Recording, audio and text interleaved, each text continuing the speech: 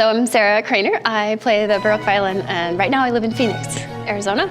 And my violin is a 1703 German Baroque violin that was never modernized. We don't know much about it, but it's possible. It was in the right part of the world that Bach might have played it. So I like to think that he did.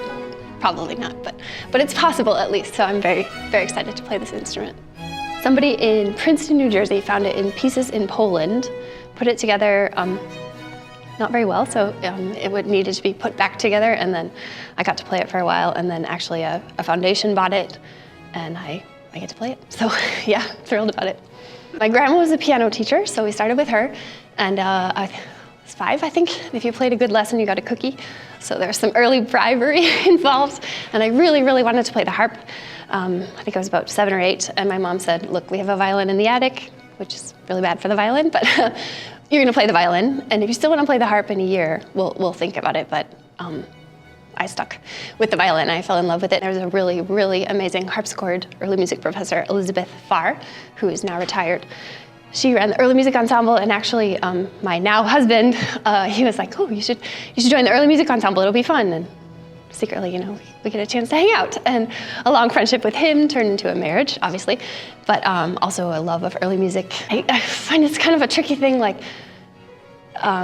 feeling like you're serious in both, and I do practice both in a very concentrated way and try to really take the best of both for each other, and then also keep them separate where they need to be separate. So that makes practicing a challenge. Like from now until I think the end of February, every other week is on the other violin. So I like the variety, but also trying to represent stylistically what needs to be happening when. I love it, and it's also a big challenge.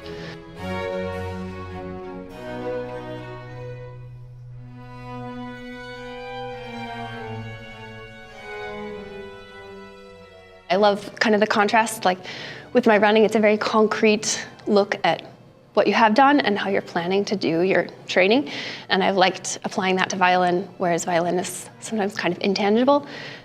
Running, you can see the miles run, and so trying to make them relate to each other, and that's also a great time to sort of like moving meditation. Like that's when I problem solve, that's when I think through repertoire, that's when I just kind of do all my big idea thinking.